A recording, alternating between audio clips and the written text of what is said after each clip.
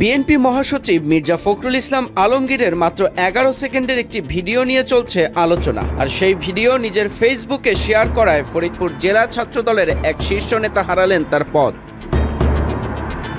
কেন্দ্রীয় ছাত্রদল বলছে এটা সংগঠনের শৃঙ্খলা ভঙ্গ। খায়রুল ইসলাম নামের ওই নেতা নিজের ফেসবুকে শেয়ার করেছিলেন মির্জা ফখরুল ইসলাম আলমগীরের ভাইরাল হওয়া 11 সেকেন্ডের একটি ভিডিও, যেখানে একজন ব্যক্তিকে দেখা যায় বিএনপির মহাসচিবকে। ভিডিওটি শেয়ার করায় কয়েক ঘন্টার পরই রোববার সন্ধ্যায় কেন্দ্রীয় ছাত্রদল প্রেস বিজ্ঞপ্তি দিয়ে জানায় খায়রুল ইসলামকে সাংগঠনিক শৃঙ্খলা ভঙ্গের অভিযোগে পদ থেকে বহিষ্কার করা হলো। এই বিজ্ঞপ্তিতে স্বাক্ষর করেন সংগঠনের কেন্দ্রীয় দপ্তর সম্পাদক মোহাম্মদ জাহাঙ্গীর আলম। বহিষ্কারের সিদ্ধান্ত অনুমোদন করেন ছাত্রদলের সভাপতি রাকিবুল ইসলাম রাকিব ও সাধারণ সম্পাদক নাসির উদ্দিন নাসির। সকল পর্যায়ের নেতাকর্মীদের খায়রুলের সঙ্গে কোনো সাংগঠনিক সম্পর্ক না রাখার নির্দেশও দেওয়া হয়।